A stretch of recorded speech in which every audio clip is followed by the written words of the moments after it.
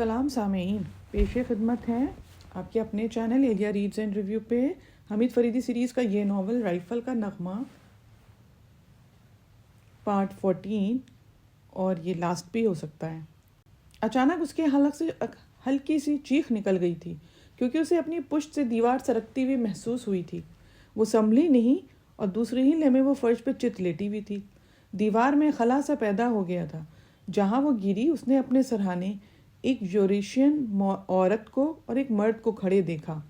نیلم پہ جھکا حیرت سے اسے آنکھیں پھاڑ کے دیکھ رہا تھا۔ دفتر نیلم کا براؤنی جیب سے باہر آیا اور یوریشین عورت بوکھلا کے پیچھے ہٹ گئی تھی۔ بڑی مونچھوں والا بھی سیدھا کھڑا ہو گیا تھا۔ نیلم بڑی پھرتی سے اٹھی اور ان دونوں پر پستول تانتی ہوئی بولی، ہم صرف 3 ہیں لیکن تم دیکھو گے کہ کس طرح تمہاری مٹی پلید ہوتی ہے۔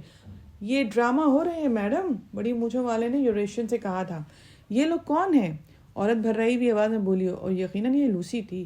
یہ لوگ جو ان تینوں پہ یورش کر رہے ہیں مسٹر کریگ کے قاتل ہی ہو سکتے ہیں کیونکہ میں اس لڑکی کو اچھی طرح پہچانتا ہوں۔ ارے یہ کرنل فریدی کے ساتھیوں میں سے ہے۔ سیکریٹری، تب تو ہمیں ان کی مدد کرنی چاہیے۔ یقیناً مدام۔ او پاگل لڑکی، اپنے پستول کا رخ ادھر کر دو، تم مجھے بیوقوف نہیں بنا سکتے۔ نیلم غرائی تھی۔ ارے فریدی گرا! دفتر لوسی کریگ کا سیکریٹری چیخ اٹھا۔ نیلم بوکھلا کے مڑی اور دوسرے ہی لمحے میں اس کا پستول سیکریٹری کے ہاتھ میں تھا۔ اب بتاؤ بیوقوف لڑکی، سیکریٹری ہلکی سی مسکراہٹ کے ساتھ بولا تھا۔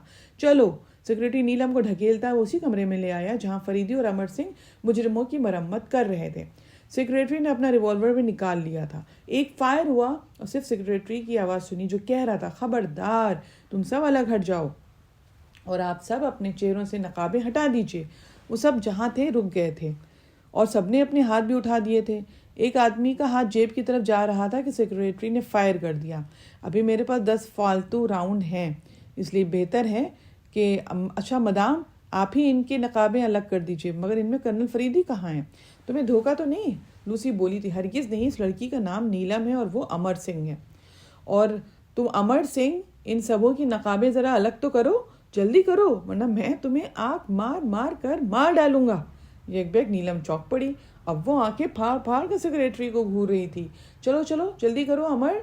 لوسی کریگ نے بھی محسوس کیا کہ سیکریٹری کی آواز بدل گئی تھی۔ امر سنگھ نے جلدی جلدی نقابیں اتار دی اور لوسی چیخی، ارے ہیری، یہ تم ہو؟ تم تو میرے پاپا کے دوست تھے۔ ہاں، اور اب میں تمہیں اس حرکت کا مزہ چکھاؤں گا۔ ہیری، کیا تم پھر پٹنا چاہتے ہو؟ سیکریٹری نے قہقہا لگایا تھا۔ سب کی نقابیں اتر چکی تھیں اور اب آخر میں کھڑے نقاب پوش نے بھی اپنی نقاب الٹ دی۔ کرنل، لوسی نے اپنے خشک ہونٹوں پہ زبان پھیری تھی۔ ہاں، تم اس کے کاروبار سے واقف تھیں کیا؟ کس کاروبار سے کرنل؟ پتہ ہے تمہیں یہاں جعلی نوٹ چھاپے جا رہے تھے، 100 روپے کی گڈیاں۔ میں نہیں جانتی تھی کرنل، یقین کیجئے، میرے سیکریٹری سے پوچھئے، مجھے تو پتہ ہی نہیں تھا کہ میرے اس کوٹھی کے نیچے تہہ خانہ ہے۔ یہ سیکریٹری نے ہی دریافت کیا تھا۔ سیکریٹری سے تو میں بعد میں سمجھوں گا، فی الحال تمہیں بھی یہاں سے قیدیوں کی طرح میرے ساتھ چلنا پڑے گا۔ آپ کیا مجھ کو مجرموں کی طرح یہاں سے لے کے جائیں گے؟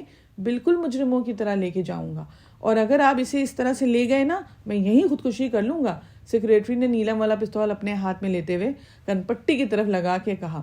او، فریدی نے مجرموں کی طرف دیکھتے ہوئے کہا اور بولا، نہیں، میں تمہیں خودکشی کا مشورہ بالکل نہیں دوں گا۔ امر، اس کی بھی ہتھ کڑی لگاؤ۔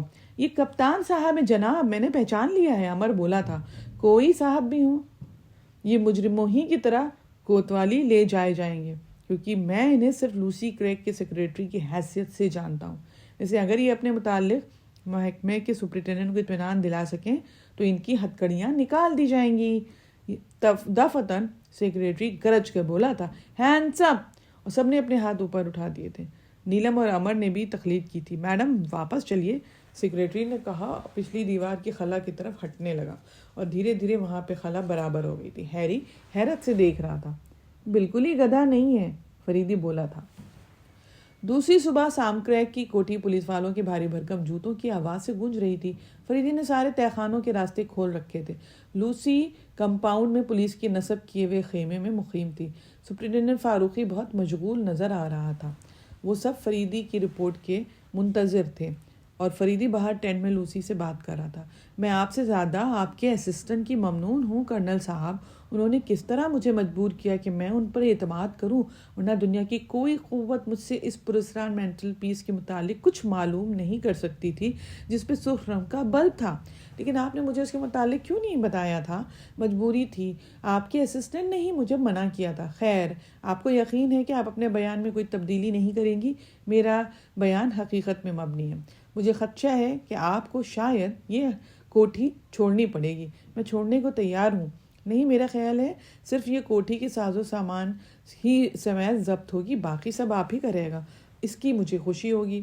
فریدی عمارت سے باہر آ گیا تھا اور فاروقی بڑی بے چینی سے فریدی سب کا انتظار کر رہا تھا۔ لنچ کے بعد سب اسٹڈی میں جمع ہو گئے اور فریدی نے اپنی رپورٹ بتانی شروع کی۔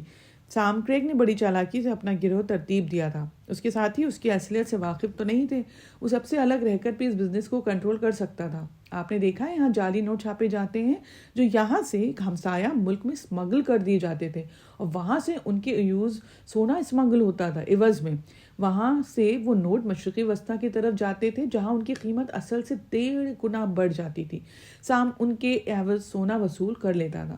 واضح رہے کہ یہ نوٹ یہاں نہیں چلائے جاتے تھے، ورنہ سام کریگ کا بزنس اتنے دنوں تک نہ پھلتا پھولتا۔ سام کے آدمی جگہ جگہ پھیلے تھے۔ مجھے افسوس ہے کہ سراغسانی تک میں اس کے آدمی موجود تھے۔ نگار کا مسخرہ اسی کے گروہ سے تعلق رکھتا تھا، لیکن وہ محکمہ سراغسانی کا ایک آفیسر تھا اور وہ حقیقتاً سام کے لیے ہی کام کر رہا تھا۔ اور اب سنیے، مجرموں کے ایک دوسرے گروہ کو اسی طرح اس منافع بخش بزنس کا علم ہو گیا اور انہوں نے کوشش کی کسی طرح اس سے خود بھی قابض ہو جائیں اس کے اوپر۔ اس گروہ کا سربراہ ہیری تھا اور بدقسمتی سے اس کے گروہ کے ایک آدمی میں محکمہ سراغسانی میں تھا۔ میرا اشارہ شاہد کی طرف ہے۔ ادھر سام کریگ کو بھی شاید علم ہو گیا تھا کہ ہیری اس کے بزنس پر نظر رکھتے ہوئے، لہٰذا اس نے اس کا قلع کرنے کے لیے اپنے گروہ کا کچھ حصہ وقف کر دیا۔ یہ لوگ ان جگہوں پر پھیل گئے تھے جہاں ہیری کے قمار خانے وغیرہ کا علم تھا اور جہاں پہ ہیری کے آدمی ہو سکتے تھے۔ چنانچہ نگار کا تھیٹر بھی ایک ایسی جگہ تھی۔ نگار کا مینیجر سام کا آدمی تھا اور وہ بھی بزنس میں شریک تھا۔ تھیٹر کے مسخرے کا کام یہ تھا کہ اعلانیہ اپنی رپورٹ کسی ایسے آدمی کو دیتا جائے جسے وہ جانتا بھی نہیں تھا، اور اسی لیے وہ اوٹ پٹانگ قسم کی اس طرح کی چیزیں پڑھتا تھا۔ وہ دن بھر کی رپورٹیں رومانوی روز نامچے کی شکل میں پیش کرتا تھا جسے اس کے ساتھی بڑی دلچسپی سے سنتے تھے۔ فریدی سانس لینے کے لیے رکا تھا، پھر بولا، لیکن خدا کے لیے یہ تو بتائیے کہ ان کاغذات میں رپورٹیں کہاں ہیں؟ ٹھہریے بتاتا ہوں، یہ لیجئے۔ اچھا، ذرا اس صفحے کی تحریر کو ذرا بلند آواز میں پڑھیے گا۔ فاروقی نے پڑھنا شروع کیا۔ یہ ایک عشقیہ بکواس تھی۔ لکھنے والے نے کسی رات کا تذکرہ کیا تھا جب اس کی محبوبہ نے اس کے ساتھ شراب پینے اور رقص کرنے سے انکار کر دیا تھا۔ سننے والوں نے برا سا منہ بنایا اور فریدی کو گھورنے لگے تھے۔ ارے اب مجھ سے سنیے، پیغام یہ ہے، پچھلی رات ٹونی اور بلنکس مینیجر کے دفتر میں گھسے تھے اور اس کے سارے کاغذات الٹ پلٹ کر ڈالے تھے، لیکن شاید انہیں وہ چیز نہیں ملی جس کی انہیں تلاش تھی۔ اس میں پیغام کہاں ہے؟ فاروقی بے ساختہ بولا تھا۔ ہے، یہ سارے صفحات دیکھیے، پینسل سے تحریر کیے گئے، ذرا غور کیجیے۔ بعض الفاظ کے اکثر حروف دبا کے لکھے گئے ہیں، یعنی تحریر روشن ہے، اور بعض بہت ہلکے ہیں۔ صرف روشن حروف کو اگر علیحدہ کر کے ایک جگہ اکٹھا کریے تو یہی پیغام بن جائے گا جو میں نے عرض کیا ہے۔ میرے خدا، کتنی معمولی بات تھی اور میری سمجھ میں نہ آ سکی۔ فاروقی اچھل پڑا تھا۔ اسی طرح بہت سارے پیغام تھے، لیکن آپ یہ کس طرح کہہ سکتے تھے کہ سام کے آدمی یہ نہیں جانتے تھے کہ وہی ان کا سربراہ تھا؟ سام کی موت کے بعد بھی اسی کی خوابگاہ میں چھپے ہوئے ٹیلی پرنٹر پہ اس کے لیے پیغامات آتے رہے تھے۔ لیکن ٹھہریے، میں نے یہ نہیں کہا کہ سارے ہی آدمی اس سے ناواقف تھے، زیادہ تر تو ناواقف تھے۔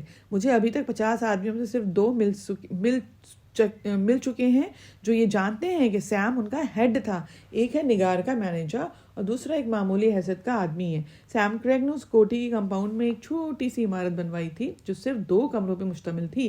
اسے کریگ کے ایک آدمی کو کرائے پہ دے دیا جو موٹر سائیکلوں کی مرمت کا کام کرتا تھا۔ مگر ہیری کے متعلق آپ کو یہ کیسے پتا چلا کہ دوسرے گروہ کا سربراہ وہ ہے؟ اوہ، وہ ویٹر جو آپ کی قید میں ہے۔ دراصل اس بیچارے نے اس کیس میں سب سے زیادہ میرا ہاتھ بٹایا ہے۔ وہ بھی سام کے ہی گروہ سے تعلق رکھتا تھا اور میرے پیچھے اس لیے لگا ہوا تھا کہ میں اس کے کاغذات اڑا لوں۔ فریدی نے ویٹر کے متعلق بتانا شروع کیا تھا۔ پھر اس نے کہا، یہ حقیقت ہے کہ وہ میرے اس رویے پہ اپنا ذہنی توازن کھو بیٹھا تھا جس کو وہ ہر چیز کسی آدمی کے متعلق قطعی غیر متوقع ہوتی ہے، اس کی اعصاب پہ ایک خاص قسم کا اثر ڈالتی ہے جس کے تحت وہ تھوڑی دیر کے لیے اپنی اصلیت سے ہٹ جاتا ہے. یعنی مثال کے طور پہ کوئی آدمی آپ کے خلاف بھرا بیٹھا ہے، اسے توقع ہے کہ آپ آتے ہی اس پر ہاتھ چھوڑ دیں گے، لیکن اس کے برخلاف آپ نہایت محبت کے ساتھ اسے سگریٹ پیش کریں، وہ جلدی ہی جذباتی کشمکش میں مبتلا ہو جاتا ہے. میں نے اس ویٹر کے ساتھ یہی حربہ آزمایا تھا اور اس نے سب اگل دیا تھا.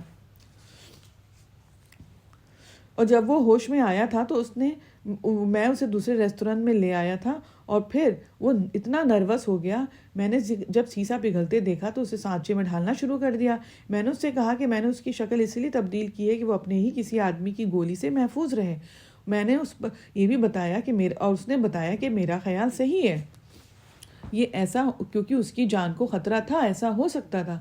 اور ہیری اس کے ارادوں سے واقف ہو گیا تھا. ہیری جانتا تھا کہ گروہ عام طور پہ اپنے سربراہ سے واقف نہیں ہے، اس لیے وہ آسانی سے سام کریگ کے پورے گروہ پہ اپنا قبضہ کر سکتا تھا. بقیہ لوگ خاموش تھے، فریدی کی تقریر سن رہے تھے. تہہ خانوں سے جو سونا برآمد ہوا ہے اس کی قیمت کم سے کم 2.5 کروڑ ہوگی. ابھی نہ جانے کتنی گرفتاریاں باقی ہیں، فریدی بولا، لیکن واضح رہے کہ وہ ویٹر جو آپ کی قید میں ہے وہ وعدہ معاف گواہ بنایا جائے گا.